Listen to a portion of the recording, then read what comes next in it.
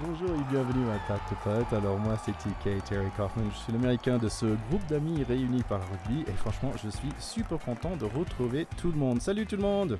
Salut TK. Salut TK. Alors si vous ne connaissez pas notre Pack de Potes, on va présenter tout le monde. Donc notamment Charlie Baer que j'ai joué avec à Ocean Rugby Club. Salut Charlie. Coucou TK. Ouais, j'ai eu la chance, le privilège de jouer à tes côtés. Moi je continue à jouer toujours en deuxième ligne au Massif Central dans le 13e arrondissement de Paris en Fed 3.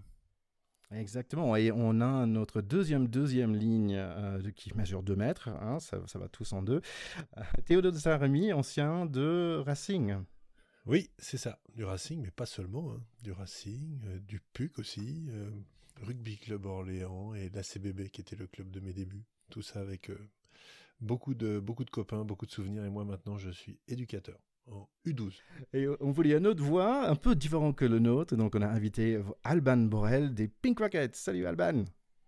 Hello les gars, effectivement je suis toujours au Pink Rocket cette saison, on a repris le chemin des entraînements et je suis très heureuse de vous retrouver également ce soir. Oui, ça fait longtemps que depuis qu'on est tous ensemble et vraiment ça fait super plaisir, mais pendant cette période de Covid, on est très busy, n'est-ce pas Charlie? Bah absolument. Bon, on espère que cette période touche à peu près à sa fin. On est tous en train de se reprojeter vers une nouvelle saison sportive. Mais c'est vrai que cette période a été super compliquée. Donc de se voir tous les quatre, on n'avait pas toujours de match à commenter, mais on a su s'occuper, on a su se renouveler. Ceux qui nous suivent de près ont pu voir qu'on s'est lancé dans les interviews, qu'on a eu la chance d'avoir Patrick Tobacco, qu'on a eu la chance d'avoir Serge Betsen, entre autres, du beau monde. On a aussi revu des vieux matchs. On a revécu le match de 99 ensemble dans nos rugby games classiques. On a aussi un peu parlé de nos joueurs préférés. On a fait le 15 de rêve de France, le 15 de rêve international. On s'est pas mal diversifié. On a évidemment hâte de commenter à nouveau des matchs, de donner à nouveau nos avis sur du rugby pur, hein. Mais en tout cas, on a créé beaucoup de contenu. On a essayé de continuer à parler de rugby, même si rugby, il n'y avait plus. Et on a plein de gens qui nous ont écoutés quand même, Thierry. Exactement. Donc en fait, ça fait 1 an maintenant depuis qu'on a démarré notre podcast. Et vraiment, je voulais dire merci à tout le monde. Merci d'être là avec nous. On a eu plus de 36 000 d'écoutes pendant cette période. Vous êtes plus de 1000 qui nous écoutent toutes les semaines. Donc merci énormément d'être là. Partagez bien sûr sur les réseaux sociaux les épisodes et toutes ces bonnes choses. Donc ça fait sympa d'avoir 1 an. Mais oui, c'est Ça un nous rajeunit. anniversaire. Ça fait sûr. Surtout toi Théo. C'est vrai. Oui, c'est ça, merci Alban, c'est vrai. Ouh, ça démarre chaud. C'est un plaquage, ça. Allez les gars, on démarre avec cet épisode parce que c'est quand même la rentrée. On va parler de, en fait, tout ce qui est rugby parce que ça fait tellement longtemps qu'on n'a pas parlé vraiment des matchs et des joueurs et des équipes et tout ça. Bah, j'ai pensé que ça serait bien de faire un peu faire le point sur toutes les différentes équipes et tous les différents rugby qu'on adore ici à Pack de Potes. Donc on va parler de 15 de France, on va parler de Top 14 bien sûr, du rugby féminin, du Sevens, de Major League Rugby aux États-Unis, plein de choses, et bien sûr des matchs à venir bientôt. Et pour démarrer, on va parler de 15 de France. Normalement, on va voir un match en octobre, n'est-ce pas Théo? Oui, on espère, on est suspendu aux déclarations des autorités compétentes, hein, on va dire. Normalement, 31 octobre, on devrait voir France-Irlande, qui était le match qu'on s'apprêtait à voir, qui devait être la finale du tournoi Destination au printemps dernier, et qui avait été reporté. Alors, est-ce qu'il va se jouer? Dans quelles conditions est-ce qu'il va se jouer? Malheureusement, tout ça, ça reste incertain aujourd'hui, mais on serait super heureux de voir ce tournoi Destination en plein milieu du mois de novembre, de l'automne, on va dire, pardon, au tout début du mois de novembre. On attend de savoir. Et cette match, c'est quand même le match de victoire parce que la France, on est 2e. Il y a l'Angleterre qui va jouer contre l'Italie, il me semble. Oui, donc ce sera un vrai duel à distance puisque la France doit battre l'Irlande de plus de points que l'Angleterre battra l'Italie. Et là, ce sera un vrai challenge pour nos Bleus. Autant dire que c'est pas gagné. Effectivement. Voilà. Donc nous, ce qui va nous plaire, c'est de voir ce match France-Irlande avec de l'enjeu malgré tout, avec un enjeu à distance, un enjeu avec une grosse interruption de temps et une probabilité assez faible, hein, parce que c'est vrai que les Italiens sont quand même partis pour prendre une grosse raclée contre les Anglais. Nous, si on bat les Irlandais, on sera quand même content, déjà. Oui. Et c'est ça l'enjeu, c'est d'aller battre les Irlandais à Paris et de faire un beau tournoi. Oui, parce qu'après les années, vu nos derniers tournois et les habitudes de non-victoire qu'on avait sous Brunel, entre autres, enfin, on a quand même connu des belles années noires avec la France. C'est beau. Ouais, je trouve ça assez sympa, honnêtement. Ouais, t'as vu c'est la novlangue. La novlangue, c'est pas une défaite, c'est une non-victoire. Ça n'a rien à voir. Ah, Charles, c'est les nouvelles défaites encourageantes, tu sais. Non, mais c'est vrai qu'arriver deuxième à son destination, enfin, en janvier, j'aurais acheté sans problème, hein, vu ce qu'on attendait de Galtier, vu ce qu'on attendait de cette nouvelle équipe. Voilà quoi. Vous vous souvenez que quand on en parlait avant, quand même, on avait un peu peur de la jeunesse de cette équipe et on se demandait s'ils n'allaient pas se faire manger tout cru par les Anglais. Et puis on a eu un super tournoi et arriver deuxième, c'est quand même vachement bien en vue des performances du 15 de France d'avant. Ouais, et malheureusement, c'était les Écossais, les hommes en kilt, comme il a dit Théo dans notre podcast après ce match, qui nous a battus. Il me semble que hors micro, il avait dit les salopards en kilt. Mais... Alors, de mon côté, la mythologie familiale fait état d'origines écossaises, donc je ne peux pas dire ça. Rappelons-nous que les Français s'étaient quand même pris les pieds dans le gazon de Murrayfield de manière complètement foireuse, et que ça nous avait relativement gonflé à l'époque, sans parler d'une panse de brebis. C'est vrai. Mais ceci est un autre débat. On a quand même d'autres matchs à venir avec le 15 de France, mais le problème c'est qu'on ne sait pas contre qui et on ne sait pas à quel moment, n'est-ce pas? C'est un peu compliqué, on sait pas trop. Déjà dans l'absolu, il y a un doute sur tout ce qui va arriver. Mais là, on sait que le Japon ne fera finalement pas partie de la partie, ça se tient. C'est beau aussi, pas partie de la partie, ça va. Pas partie de la partie. Mon Dieu, je fais des trucs intelligents sans me rendre compte. Je fais des haïkus, tu vois. Et non, on sait que le Japon ne viendra pas, mais c'est vrai que donc peut-être la Géorgie, on ne sait toujours pas. Il y a beaucoup de points d'interrogation sur ces rencontres, mais en soi, nous, on achète. Hein, je veux dire, un mini tournoi à 8 équipes comme ça en plein milieu du mois de novembre, on serait ravis de retrouver notre 15 de France et de suivre ça avec intérêt. Moi, j'y crois difficilement quand même, hein, mais bon, je veux pas être pessimiste, mais... Moi aussi, j'ai du mal à mettre une pièce. Ouais. Hein. À ce stade, déjà, si on pouvait avoir une journée de top 14 la semaine prochaine, une la semaine d'après, et allez, un France-Irlande le 31 octobre, moi, déjà, je serais content. Voilà, ok. On avait un peu d'autres nouvelles sur l'équipe de France aussi, notamment notre ami Jefferson Poirot, qui a pris sa retraite assez jeune quand même. Ouais, pour moi, c'est quand même une grosse surprise parce que c'est un garçon qui a marqué quand même, je trouve, avec son arrivée chez les U20 d'abord, et il avait fait des matchs vraiment prometteurs comme futur joueur senior, et il a tenu ses promesses en étant un joueur cadre, et je trouve qu'il s'en va extrêmement jeune, tout ça pour continuer à jouer avec son club, et en plus je crois que cette histoire de retraite, c'est toujours un peu choquant. Quand tu joues, en fait, a priori tu es disponible pour ta fédération. Je me rappelle de joueurs un peu réac, un peu vieillot, d'entraîneur Giroud, qui disait mais non, on peut pas arrêter la sélection, hein. Si on joue, on est sélectionnable, point. Et je n'irai pas jusque là, mais je trouve que là, sur Jefferson Poirot, c'est étonnant. Et ça sent un peu le mec qui va finalement remettre ça en cause et revenir. Voilà. Je trouve que c'est un peu désolant. Aujourd'hui, il n'a que 28 ans, ce garçon-là. Donc, mais non, mais il avait aussi, c'était accompagné aussi d'idées où il avait quand même beaucoup dit qu'il se retrouvait plus trop, qu'il avait eu un peu des soucis avec des joueurs de l'équipe de France là, pendant la dernière Coupe du Monde, et qu'il se retrouvait plus trop avec l'esprit d'équipe. Avec l'esprit de certaines personnes, quoi. Donc. Ouais, moi, ce qui me surprend, c'est que je trouvais, bon, d'abord. Avant tout, quand on s'appelle Jefferson Poirot, moi je valide. J'adore ce nom. Voilà, je l'avais repéré jeune, j'adore ce nom. Et donc ça me désole qu'il soit plus là. Rien que pour ça, parce que je trouve que ça égaye mes oreilles quand j'entends son nom qui est dit à la télé, j'adore. Et je trouvais qu'il avait le profil d'un gars qui fait une carrière longue et qui marque un peu de son empreinte une génération. Et il a déjà un statut de cadre, cette Coupe du Monde qui a été finie en queue de poisson, mais il l'a quand même faite, qu'il n'ait pas envie de faire la Coupe du Monde 2023 en France quand il aura 31 ans, c'est quelque chose qui m'échappe complètement. Je n'arrive absolument pas à m'expliquer ça. Mais il a sûrement ses raisons, ça se respecte, mais... Pour moi, je me posais la question, il n'est pas sûr d'être pris non plus. Et donc, dans un sens, il peut faire le travail pendant 3 ans, pour après, il aura 31 ans, d'être pilier et d'être pris pour un autre. Donc, je peux comprendre, mais tous ces miles sur son cou et sur son dos et tout ça, peut-être il a envie de faire ça en club. Je peux comprendre. Après on joue pour ça aussi, quoi. Là, ouais, non, parce que oui, ah oui, non, là, je rejoins plus ce que disait Théo dans le sens où, enfin, en citant Giroud, mais normalement, tu joues pour être dans le au meilleur niveau où tu peux jouer. Le meilleur niveau, c'est l'équipe de France.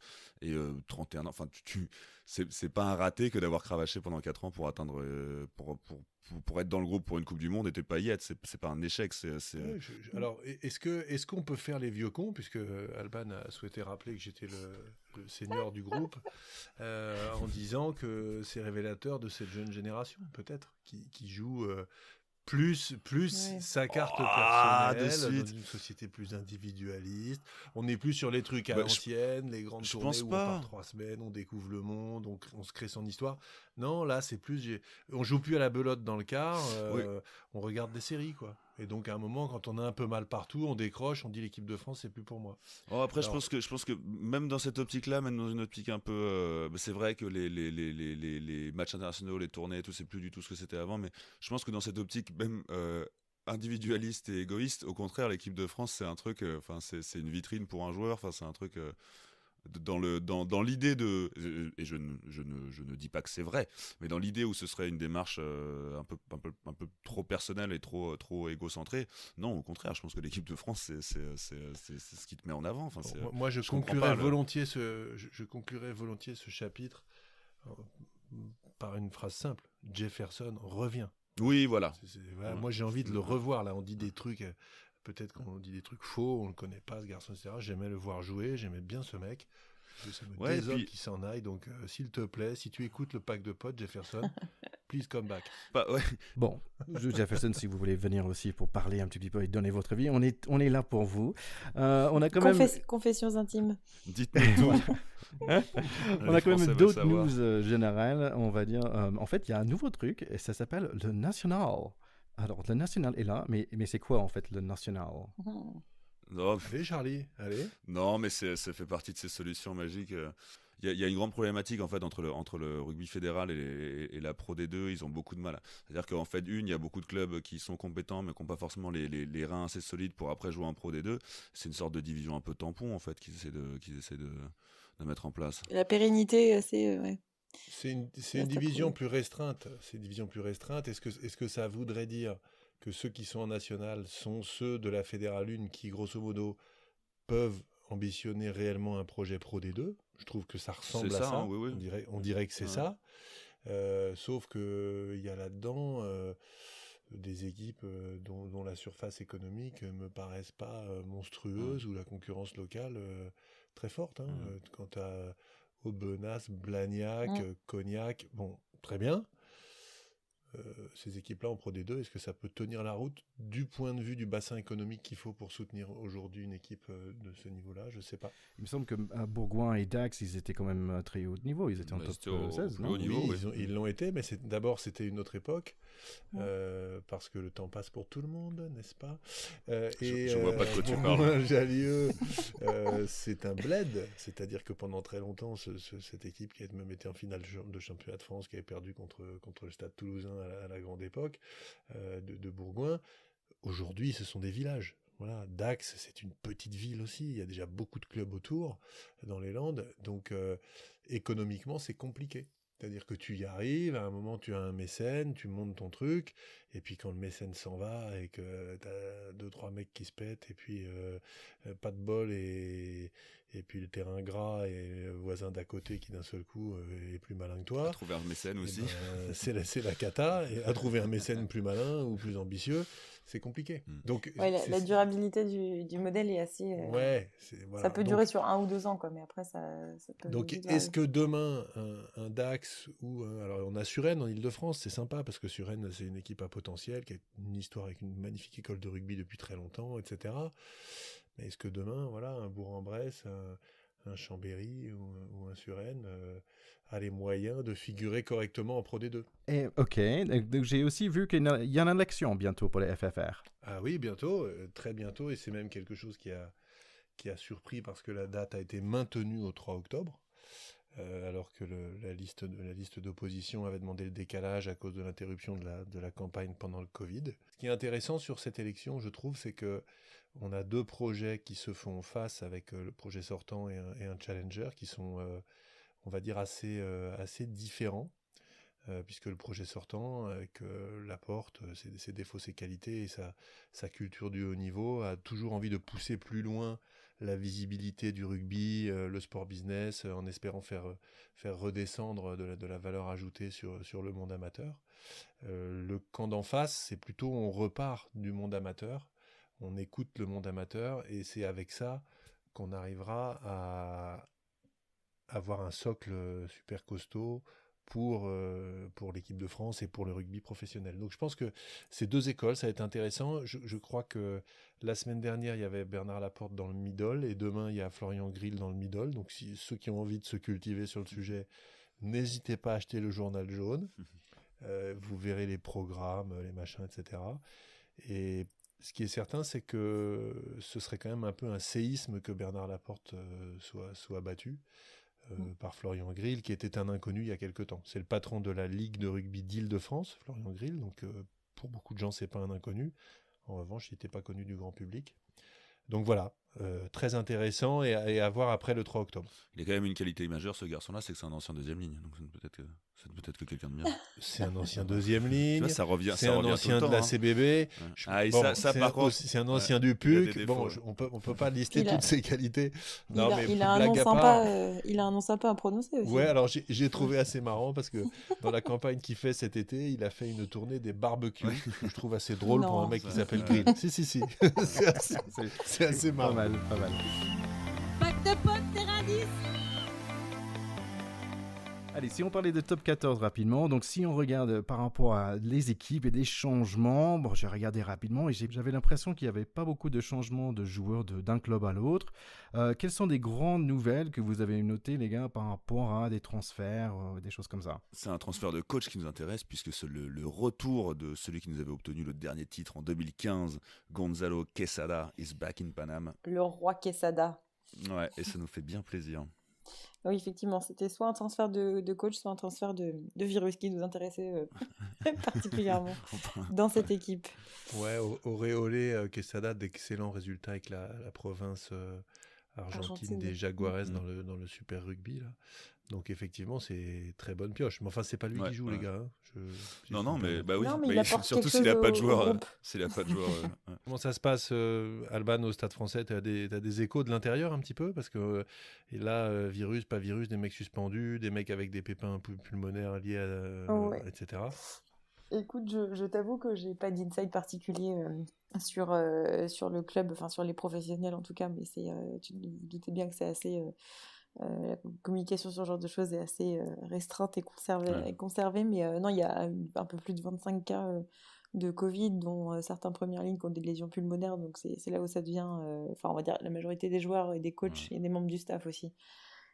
Qui n'ont pas de symptômes, c'est souvent d'ailleurs le cas chez des gens positifs. Il y a Benoît Paire qui a été testé positif aujourd'hui au Covid, je suis pas sûre qu'il ait beaucoup de symptômes pour l'instant, mais en fait c'est la vulnérabilité de certains joueurs, et quand ça commence à toucher aux poumons, effectivement ça pose des questions médicales assez importantes, et puis derrière c'est les enjeux économiques aussi qui sont liés aux matchs amicaux, au retour du public, enfin retour des matchs et du coup retour du public dans les stades. Enfin, voilà, il y a vraiment une sorte de boule de neige, d'effet boule de neige qui découle de l'arrêt des matchs, et on en revient là, quoi. Donc pour le Stade Français, c'est un peu compliqué. Il devait jouer contre l'UBB ce week-end et ça a été annulé. C'est un vrai, pour le coup, même chez les joueuses, c'est très pris en charge. On est obligé de faire des tests une force à faire des tests là avant la reprise des matchs qui sont ce week-end, enfin le week-end prochain. Mais après, une fois que ça se propage, c'est comme... là, il y a beaucoup de sportifs qui l'ont, et alors que c'est quand même des gens qui sont testés régulièrement, qui sont suivis. Donc si même eux se font tester positivement, c'est compliqué à suivre. Personne n'est à l'abri. On les souhaite bon établissement quand même. J'avais un petit coup de gueule contre le Covid au Stade Français parce que, figurez-vous, parlons un peu de moi. On devait faire un stage de pré-saison à Jean-Bouin parce que Thomas Lombard, adorable, avait invité notre équipe parce qu'on est évidemment à Paris, parce que notre école de rugby est en entente avec l'école de rugby du Stade Français. Et vous n'imaginez pas comment pendant un mois je badais de passer un week-end de rugby à Jean-Bouin. Et ce salopard de coronavirus est passé par là. Et du coup, moche, ça hein. n'a pas été Jean-Bouin. Du coup, malheureusement pour toi, tu as atterri à Marcoussis. On était évidemment très heureux. On était évidemment très heureux d'avoir atterri à Marcoussis, mais quand même Jean-Bouin. En plus, j'aurais sûrement serré la paluche à Papé et tout. Je me serais plus jamais lavé les mains de ma vie. Ça aurait été le plus beau moment de ma vie. Ça aurait été un climax de ma vie. Mais bon, voilà. Tout ça est gâché à cause du. Bon, je sais que d'autres en pâtissent aussi du coronavirus, mais voilà, moi c'est. Voilà. Mais toi d'abord. Mais moi d'abord, évidemment. C'est quand même oui, c'est grave, le monde s'arrête, mais je suis pas allé à Jean-Bouin quand même, quoi. Faut le dire.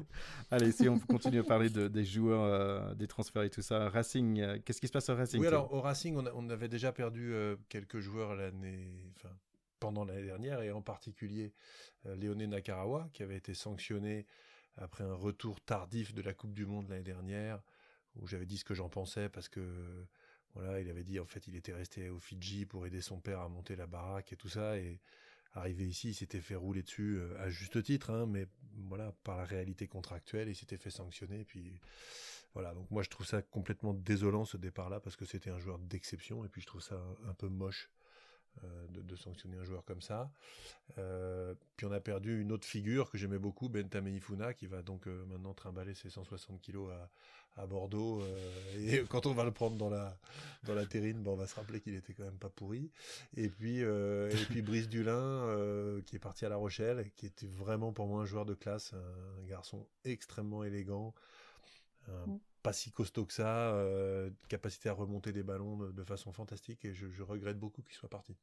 Et puis par contre, côté arrivé, il y a Kurt Lebill, qui est un joueur vraiment de classe mondiale, qui est un joueur australien. Il y en a un autre, un deuxième ligne, Luke Jones, mais Kurt Lebill, il a quelque chose de particulier. C'est un des seuls, un des rares joueurs, c'est pas le seul, qui a des origines aborigènes et qui joue dans l'équipe d'Australie. Savoir qu'en Australie, le rugby à 15, c'est quand même un sport plutôt pour favoriser, qui est enseigné dans les écoles privées, etc., beaucoup plus que dans les quartiers où il y a des aborigènes. Donc voilà, c'est toujours sympa de voir ces joueurs-là qui arrivent par leur talent. Et puis il revendique pas mal cette culture-là. Il a mis une photo de lui avec un drapeau aborigène et le maillot de l'Australie, c'est sympa. En plus, il a quelques casseroles, vu qu'il s'était engueulé avec la directrice commerciale de la Fédé. Il a dû s'excuser après. Une autre fois, il avait eu des problèmes un peu de comportement et tout. Mais ça reste un joueur de classe mondiale, donc j'espère qu'il va nous faire rêver. C'est un mec qui peut jouer tous les postes derrière, tellement il est bon. Voilà. Donc j'espère que Kurt Lebill va nous montrer de belles choses. On a aussi un petit nouveau qui arrive, qui s'appelle Donovan Taofifenua, donc encore un Tao, donc un digne représentant de la tribu issue du précurseur wallisien. J'aime le redire parce que c'était un joueur exceptionnel qui s'appelait Willy Taofifenua, qui jouait à Grenoble, à la grande époque de Grenoble dans les années 80-90, qui est vraiment le premier des Wallisiens à être venu installer cette grande communauté de joueurs mélanésiens de nationalité française dans le rugby hexagonal. Donc on voit que lui et ses frères et ses cousins, ils ont fait des petits, donc maintenant on les voit arriver. Là il y a Donovan, on va voir ce qu'il vaut. Il joue derrière, souvent les Wallisiens jouent devant, lui il joue derrière, mais moi je trouve ça sympa de voir un Tao qui arrive au Racing. Sorry, c'est quoi un Wallisien? Un Wallisien, c'est des habitants de l'île de Wallis, qui est une petite île, une micro-île dans le Pacifique français, pas loin de Tahiti et tout ça. Français. Ouais, j'ai appris à quelque chose aujourd'hui. Wallis. Ok, je regarderai ça. Google Maps coming up. Autre nouvelle, il y a aussi Mathieu Bastareaud qui revient à Lyon. On a Semira Radra qui est parti de Bordeaux, qui va à Bristol. Donc maintenant, on va tous regarder des matchs de Bristol. Ça aussi, c'est un départ que je déteste tellement. J'adorais voir jouer ce joueur. Ouais, il cartonne déjà. Il y a Ratez à Montpellier. Bon, si on parlait de Clermont, il y a aussi Sébastien Bézier qui arrive. Je pense que lui, il a lancé un mode avec le cheveu tout blanc là. C'est parce que j'ai vu le numéro 9. C'est à la mode tous les 10 ans. Hein. Ah oui, c'est vrai. Et ainsi que Kotaro Matsushima, qu'on a bien regardé pendant la Coupe du Monde de Japon. Ah, l'ailier ? Oui. Ah, super. Et moi, j'ai un joueur aussi que que je note un peu, pas très connu parce qu'il est jeune, c'est un joueur français qui vient d'Angleterre, c'est un gars qui a une carrière un peu internationale parce que ses parents vivaient à l'étranger, qui s'appelle Thibaut Flamand, qui joue deuxième ligne, qui a un gabarit 2,3 m, un truc comme ça, qui signe au Stade Toulousain. Il a comme particularité d'avoir été formé à l'ouverture. Et donc c'est un joueur de ballon assez exceptionnel avec un gabarit de grand as comme on dit. Donc je mets une petite pièce sur ce joueur dont à mon avis on va reparler. Thibaut Flamand. Thibaut Flamand, d'accord. Bon, il y avait quelques retraites aussi. Donc, il y avait Brock James. Et franchement, Brock James, je pense depuis que je suis arrivé en France, il y a 20 ans, il jouait à Clermont, j'ai l'impression. Donc, lui, il prend sa retraite. Clermont ou La Rochelle.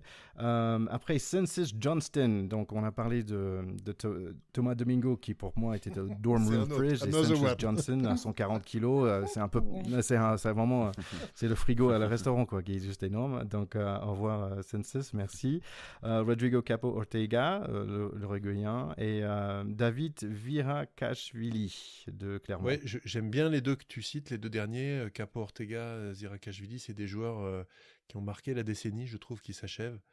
Des joueurs avec une gueule d'abord, une certaine fidélité au club dans lequel ils étaient, et une grosse longévité avec peu de blessures quand même. Donc c'est des joueurs, on le voit tout le temps, tu as l'impression qu'ils sont éternels un peu. Non, à un moment ils prennent leur retraite aussi. Mais super joueurs les deux. Ouais, un peu triste quand même pour Ortega qu'il n'ait pas. Enfin, moi, après, ça, c'est le Covid qui a fait ça, mais qu'il n'ait pas pu faire des adieux à Castres correctement parce que il a réussi à être champion. Il a dû faire 20 ans. Oui, c'est vrai que c'est plutôt cool. Mais non, et après 20 ans, tu vois, finir sans vraie fin. Oui, moi aussi, j'ai pas pu faire mes tournois avec mes U12 alors que j'avais une super génération. Donc c'est bon. Ok, ça c'était un peu sur le top 14. Si on parlait de rugby féminin. L'équipe de France féminine a eu l'occasion de se retrouver au cours du mois d'août avec 2 stages de préparation et quelques nouvelles têtes dans l'équipe, mais elles joueront des matchs de qualification pour la Coupe du Monde en octobre et novembre prochain, normalement si tout se passe bien, sachant que la Coupe du Monde étant entre septembre et octobre de l'année prochaine en Nouvelle-Zélande, 2021 donc. Et puis voilà, d'ailleurs je vous fais un petit focus sur un superbe article qui est paru dans l'équipe MAG, je ne sais pas si vous l'avez vu. Oui. Avec l'interview d'une ancienne internationale d'une deuxième ligne d'ailleurs, vous l'apprécierez forcément vu qu'elle elle joue à votre poste, mais c'est Assa Koita qui est aussi une joueuse une ancienne joueuse de Bobigny du Stade français, mais qui a annoncé sa retraite et qui a un parcours assez particulier, notamment en équipe de France. Et donc voilà, je vous invite vraiment à lire son interview, c'est dans l'équipe MAG de la semaine dernière, et je suis super contente surtout que le rugby féminin soit enfin mis en lumière dans un magazine, dans un média aussi important, voilà, pour la part de publicité. Et on a aussi le championnat féminin d'élite qui reprendra le week-end prochain, les 5 et 6 septembre, après plusieurs matchs amicaux qui ont eu lieu entre différentes équipes ce week-end et la semaine dernière, avec cette année une nouvelle formule de championnat pour l'élite qui consistera en 4 poules avec derrière des phases de play-off et de play-down en fonction du classement. Et beaucoup de mouvements au sein des équipes cette année d'ailleurs. D'accord, donc ça veut dire qu'il peut descendre. Exactement, ça pouvait descendre en fait avant, mais avant c'était 2 poules de 8 équipes et maintenant c'est 4 poules de 4. C'est un truc que Thierry ne peut pas comprendre, les descentes. Aux États-Unis, tu descends jamais, tu montes toujours, tu regardes devant. Looking forward. C'est ça, chaque fois. Awesome job. C'est comme un problème de maths.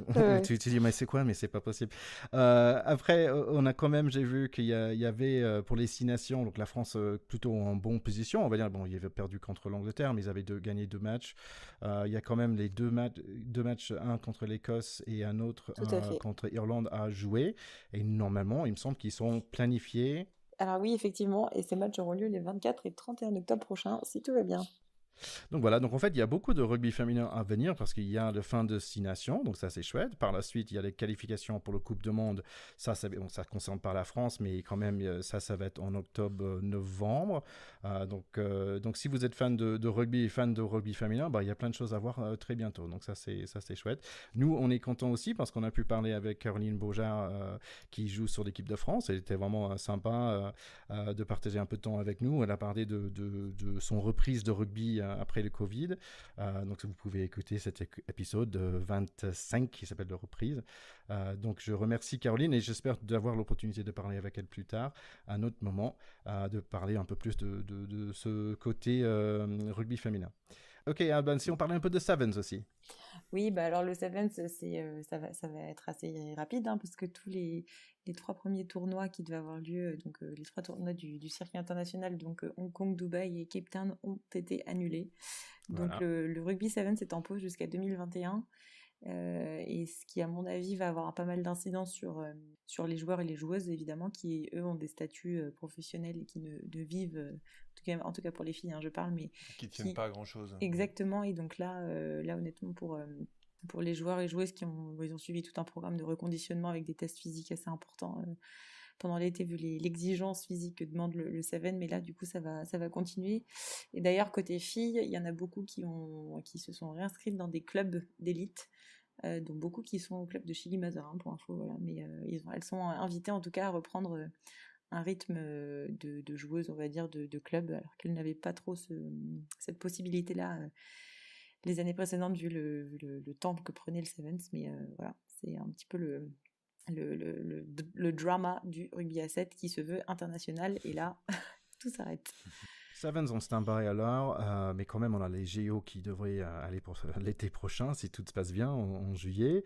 Donc j'imagine que début de l'année prochaine on va commencer à avoir quelques tournois, j'espère, pour qu'ils se remettent en jambes. Effectivement, et les garçons, ni les garçons ni les filles n'ont à date leur place pour le tournoi olympique à Tokyo. Donc ils joueront tous les deux des tournois de qualification olympique en 2021. Donc il faut que le rugby à 7 reprenne. Petite information d'ailleurs, j'ai oublié de dire, mais quand même Nouvelle-Zélande a gagné les titres pour 2020, les hommes comme les femmes. Et les filles, ouais. Ouais, comme si on partait à U21, donc là pour destination, il y avait des victoires contre Italie et Écosse, mais 2 pertes aussi. Normalement, il y a un dernier match contre Irlande, mais Théo, j'ai rien vu. Est-ce que ce match va avoir lieu ou pas? Non, alors est-ce que ça va être comme souvent le même week-end et donc les mêmes conditions que l'Irlande, et donc 31 octobre peut-être, mais j'avoue que je ne sais pas. Je suis pas sûr que ça ait été public, cette information-là. Affaire à suivre. Est-ce que j'ai droit de parler de rugby aux States? On a oublié, Thierry, de dire qu'il y avait un Américain qui arrivait à Montpellier. Ah bon? Avec un bon nom d'Américain, il s'appelle Titi Lamositele. Mais il arrive là. Il a peur de donc, rien. c'est un Américain et il est dans l'effectif du Montpellier Hérault. Voilà, maintenant tu peux parler du rugby aux US. Ah, bah c'est chouette. Bienvenue. Ah oui, non, il y a aussi à Lyon aussi. Mathieu Bastaro, tu veux dire? Mathieu Bastaro. Il revient avec un pote. C'est Joe Tuafete, donc c'est le talonneur qui a marqué le plus d'essais depuis toujours. Il a battu Keith Wood, l'Irlandais, là récemment. Donc il était chez les Warriors avant. Tout à fait raison. Ouais, j'ai vraiment hâte de voir. Hey, welcome to France and welcome to Lyon, man. Cool. Et si on pouvait, quand ils parleront un peu français, si on pouvait faire une interview au Pack de Potes des Américains qui jouent en France, je pense que ça pourrait faire un bel épisode. Ça peut être chouette, ça peut être vraiment chouette pour entendre les accents américains. On va certainement rien comprendre, mais ça va être super. Et on se moque pas.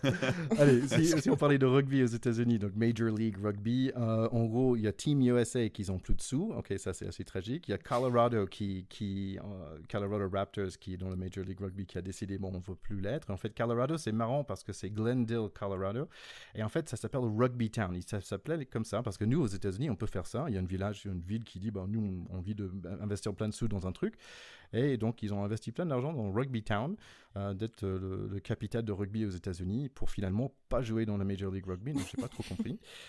Après il y a des Nouveaux-Zélandais qui essaient de mettre en place une équipe à Hawaï, mais j'ai pas compris non plus, parce que si les NBA et les NFL ils ont pas réussi à mettre une équipe à Hawaï, je vois pas comment une équipe de rugby va être capable de faire ça. Donc on espère vraiment que le rugby, moi personnellement j'espère vraiment que le rugby réussisse aux États-Unis.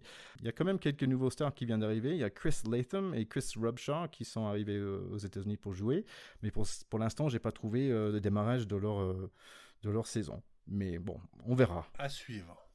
Allez, pour finir, il y a finalement de Top 14 la semaine prochaine. Ça va être chouette.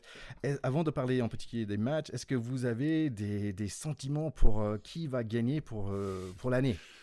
Déjà, un sentiment, juste un petit mot sur C'est triste pour Bordeaux, ce qui s'est passé l'année dernière, parce que c'était le moment pour eux. Ils étaient sur une très très belle lancée. Et là, justement, avec certains départs, je pense que ça va être dur pour eux de refaire la même saison qu'ils ont faite. Donc voilà, enfin, c'est un sujet de blague sur les internets, mais les pauvres Bordelais, machin.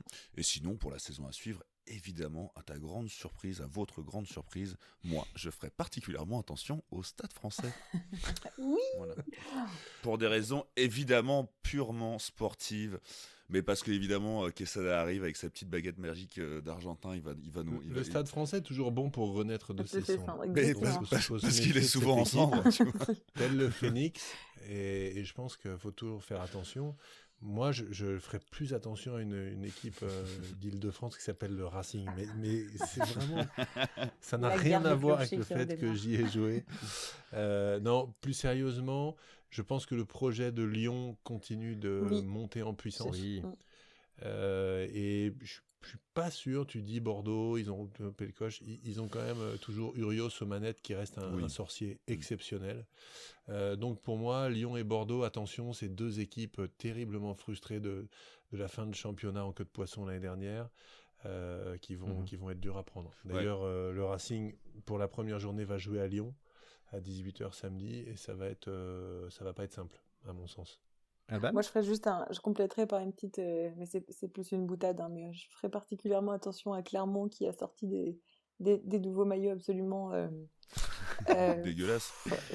J'allais dire le mot fantastique et absolument ironique évidemment, mais ils ont fait un savant mélange du bleu et du jaune pour en faire un vert sur des maillots de Coupe d'Europe. Bref, vous aurez plaisir au moins à fermer les yeux devant en les regardant jouer. C'est du bleu laune. Je suis d'accord avec toi, Théo, pour Lyon. J'ai hâte d'avoir Joe jouer, donc Go Joe. Ton compatriote. Je suis content d'avoir Mathieu Bastaro de retour. Je trouve le coach superbe. Et donc voilà, je trouve que c'est une équipe qui va vers l'avant. Moi, j'ai quand même un problème avec Mignoni, que j'aimais bien aussi comme joueur, et je suis certain que c'est un bon coach. Mais il a ce défaut qui est « je suis sérieux, donc je ne souris jamais ». Oui, c'est ça. Ça me gonfle. Il se donne à fond. Il est investi aux entraînements.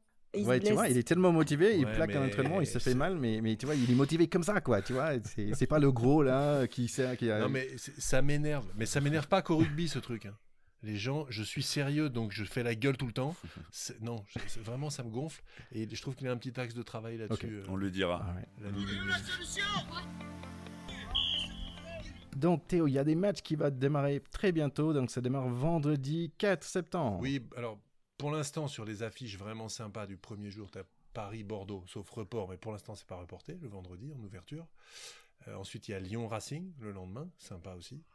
La Rochelle-Toulon. Et puis attention, on a le dimanche soir à 21h un Clermont-Toulouse. En entrée de championnat, c'est quand même très sympa. Voilà. Et la semaine d'après le 11, moi j'ai mis une petite coche sur... Bayonne-Clermont parce que c'est un samedi en fin de journée, donc là fin d'été, le stade on espère avec un peu de monde quand même, est-ce qu'ils vont arriver à faire une petite Peña Bayona, c'est toujours sympa un match à Bayonne en fin d'été là en nocturne au stade Jean Daugé, donc Bayonne-Clermont on essaye de regarder. Oui, et la semaine après ça, donc c'est en 3 semaines, le 19 et le 20 septembre, il y a quand même le Coupe d'Europe, les gars, le Heineken Cup et tout ça. Donc, il y a notamment Clermont Racing le septembre 19. Ces affiches franco-françaises en Coupe d'Europe, j'en peux plus. C'est chiant, hein. Allez, après, il y a Toulouse-Ulster. Voilà, mieux. Ouais, le retour de la Coupe d'Europe qu'on attend fortement, mais il y a pas que l'Europe, il y a d'autres matchs dont tu joues pas toi, Alban, la semaine prochaine. Mais si, bien sûr, tu as bien raison. Avant l'Europe, il y a surtout Meudon où jouera le Stade Français contre le Stade Rennais la semaine prochaine en ouverture de championnat. On a vraiment hâte d'y être, sachant que le Stade Français a gagné son premier match amical la semaine dernière contre Chili Mazarin, donc on espère continuer sur cette lancée. Ça commence bien. Vous êtes au bloc, c'est bien. Charlie, toi, tu joues aussi peut-être ? Ouh là là, oui, moi je peux m'excuser d'ailleurs auprès des écouteurs pour m'avoir un peu endormi de ce soir, mais je sors de 2 jours de stage, je n'en peux plus. Et pour nous aussi la saison reprend, on a des nouveaux coachs, la semaine prochaine on a un match amical, et la saison s'ouvre dans 15 jours du Massif Central contre Bobigny qu'on reçoit. Et qu'on va recevoir dans la gueule surtout parce qu'ils sont assez gros les Bobigny. Voilà. Ça va faire du petit bois. Ça va exactement. Il va faire tout noir.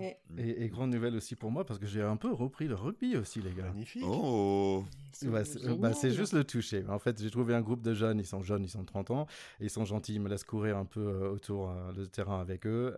Mais ça fait vraiment plaisir de retrouver le rugby, un peu de toucher, et des gens, et de bière après, et tout ça, et c'est vraiment Et la sympa. bière Donc, d'après. Vous savez quoi, vous avez tous beaucoup de chance, parce que comme disait Brian O'Driscoll, Bod, playing is the ultimate. Voilà. Et quand tu lui avais posé la question, vous avez arrêté une carrière fantastique, qu'est-ce qui vous manque le plus, etc.